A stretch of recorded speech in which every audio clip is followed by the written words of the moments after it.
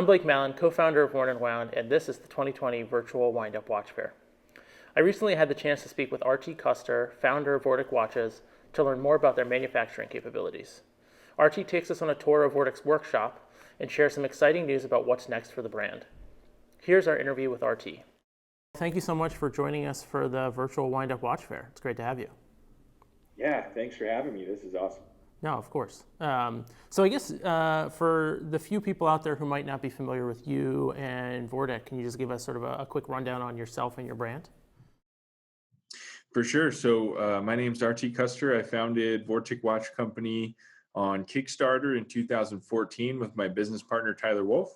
Vortic stands for Vortex and TikTok, a beautiful clash of old and new. Basically, we salvage and restore antique American pocket watches and turn them into one-of-a-kind wristwatches. But you very recently launched a second version of your military edition, which is like a really cool project that you worked on. Can you kind of tell us a little bit more about that and like especially the special work you're doing with the Veteran Watchmakers Initiative? For sure. So every watch we make is typically one of a kind. We try to make one new watch every day. But sometimes we find batches of watches, and these pocket watches were made typically 100 years ago. So we only find one-offs, but sometimes we can find a lot of the same pocket watch. And in this instance, it's a military pocket watch that was made by Hamilton for the U.S. Army Air Corps during World War II. It was called the Master Navigator's Watch. And when we turn it into a wristwatch, we call it the military edition. And we make 50 of them every year. They come out on Veterans Day, November 11th. And last year we sold out almost immediately. We expect to this year. And it's just kind of one of those things where 50 is a lot of watches for us, but not very many in the grand scheme of things. So definitely the product that I'm most proud of. Everything inside is the original antique that was flown on the B bombers in World War II. And everything outside, for the most part, is made here in our workshop in Fort Collins, Colorado. And then, like you mentioned, $500 from the sale of each military edition watch goes to the Veterans Watchmaker Initiative, which is a school for watchmakers in Odessa, Delaware, specifically focused on disabled military vets. Yeah, no, that's great. Those watches are beautiful, and I've sort of seen your presentation of the packaging and things like that it comes in, and it's pretty amazing. Can you maybe like share a little bit here about the special packaging it comes in? For sure. So I'm wearing one today. It's all black, 24-hour dial with white hands. Really cool. Very, very military vibe from this. I mean, it's literally a tool watch from back then. And so we found vintage 50 caliber ammunition boxes to put them in. And so when you get the military edition delivered, it looks like a case of wine. Like it's a huge, like 2 foot by 2 foot box that it comes in. And inside that shipping container, you have this ammunition case that, it's a solid piece of metal. You have to open it from the front, and we custom made foam layers inside. And so you have your extra straps that it comes with, the booklet that tells you all the history of the watch and why it's a conversation piece. We even made a little aluminum stand for your nightstand for the watch to sit on, and a winding tool because it's got a huge power reserve for an old pocket watch. And so it takes a lot of winds to get it fully wound. And so we made a little tool to help with that. And all that comes in this box all ready for you. So it's quite the experience, and we're really proud of how that turned out. That's awesome. Yeah, and I was checking out your website, and I saw the news come across when it all happened, maybe a month or so ago. But so you guys in the first wave were able to raise $25,000 for the Veteran Watchmakers Initiative, and that helped them build a new building, right? And you actually got the building named after you. Yeah, it was pretty cool. Didn't expect that at all. And when I got there to do the check presentation and give them that first donation, they surprised me with, they named their new service center down there after me and Vortic Watch Company. So it's the Vortic service center basically at the Veterans Watchmaker Initiative. So So yeah, that was really cool, and definitely obviously honored and very proud to Good. be one of their bigger donors and part of their school. That's awesome. I bet you when you launched your Kickstarter in 2014, you didn't think you'd have a building named after you. For sure. That was not part of the plan. We were just messing around trying to make some watches back then. So it's pretty cool to look back and see how far we've come. So let's talk about what makes this all work, which is your workshop and the capabilities you guys have in terms of manufacturing. So you're actually going to kind of voice over and do a little walkthrough of the facility and tell us about what you guys have there. And I know, to sort of preempt the conversation a little bit, that manufacturing things in the U.S. is incredibly difficult, expensive, labor intensive. And it's really been, quite an achievement for you guys to have built up all this machinery and capability over time. So it's really quite a feat, that you guys have gotten to this point that you're able to do what you can do. Thanks. Yeah, it's been, I mean, from getting started, we had a lot of stuff made for us by contract manufacturers. And over the last 5 years, we've slowly tried to bring as much in-house as possible, getting our own CNC machines, our own 3D printers, having our own clean room where we can do final assembly. All that stuff is, takes a lot of time, takes a lot of money, but having control over everything is what gives us the quality that we have. So you want to take us through the space? For sure. Yeah. So just starting in the front room of Vortic, we have 2,000 square feet. So we have a little front office area where our customer service manager, Andrea, sits. She can, walk you through all the fun ways to buy a watch. Then you walk into the back area where the rest of the shop is. We have it all divided up into the manufacturing room where our CNC machines are versus our clean room versus kind of the open space where we do packaging and shipping and all that. And so going into the manufacturing room first, we have 3 machines. We have 2 vertical mills. We started with a super mini mill from Haas. They're all Haas machines, which is an American company, American-made machines too. So that's kind of cool. And we started with just that one small machine, very versatile but very small machine.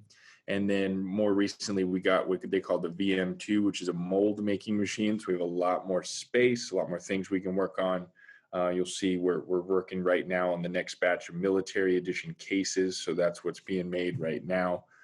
We can make about 5 cases at a time in that machine.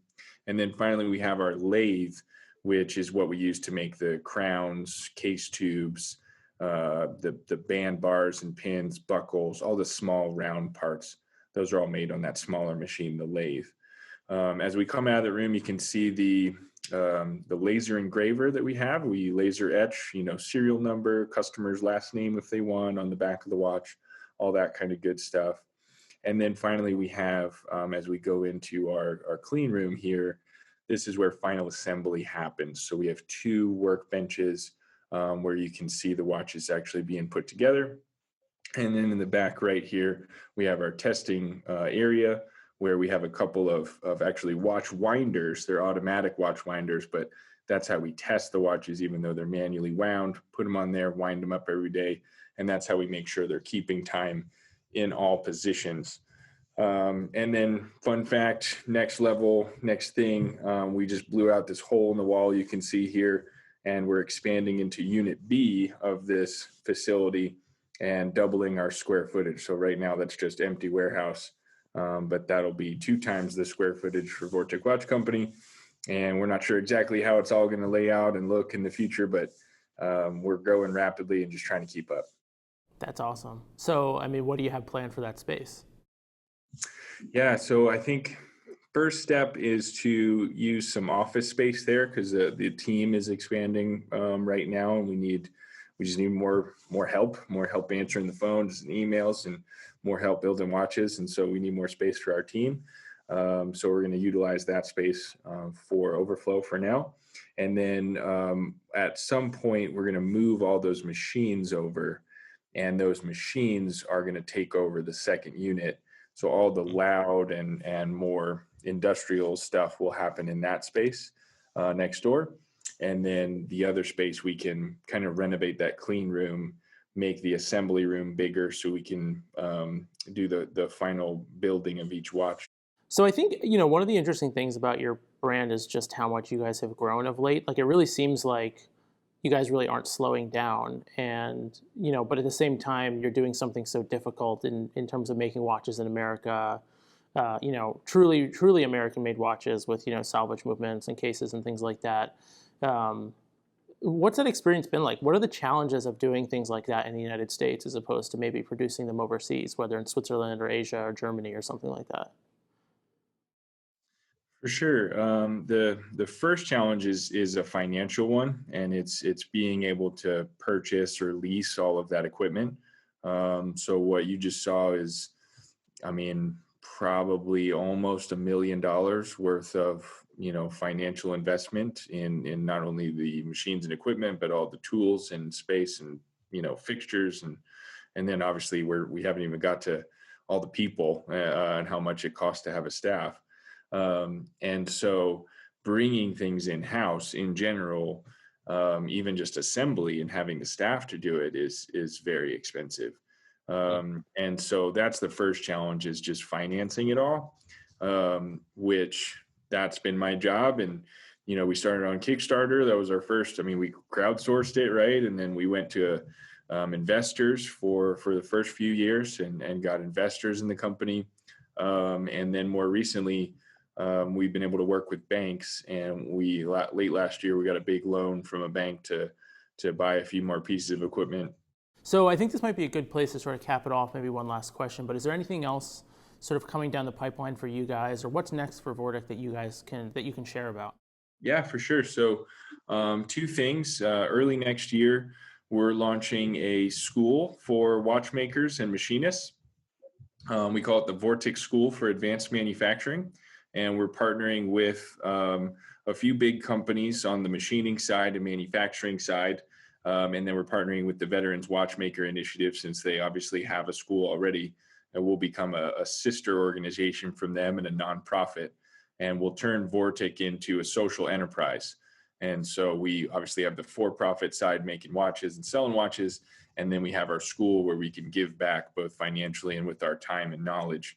Our focus ideally is going to be on young people. Maybe college isn't right for them, and so they can go to a technical school or a trade school and learn how to either be a watchmaker or a machinist, and maybe go to work for a company like Vortic, or maybe go to work for a company like, I don't know, Tesla or something like that, that they need some people with some skills that aren't normal anymore.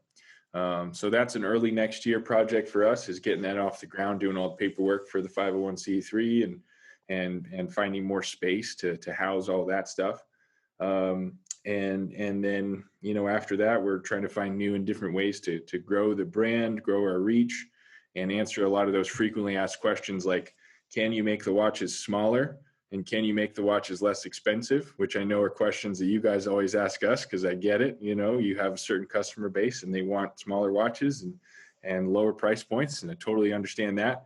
And so probably mid to late next year, we're going to come out with another brand and roll all that out under a brand called Custer and Wolf, which is just my last name and my business partner's last name put together. And we're going to make smaller watches, almost entirely made in USA, just as close as we can get.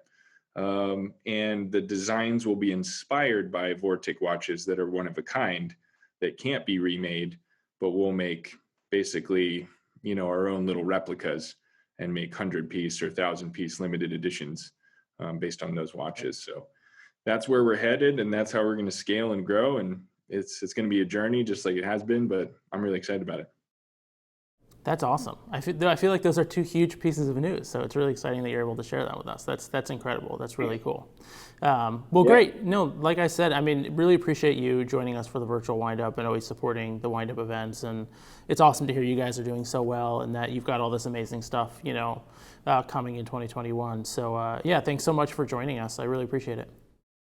Yeah, thanks for having me as always. And I can't wait to see you in person again, hopefully very soon. Yeah, likewise. Thanks, RT.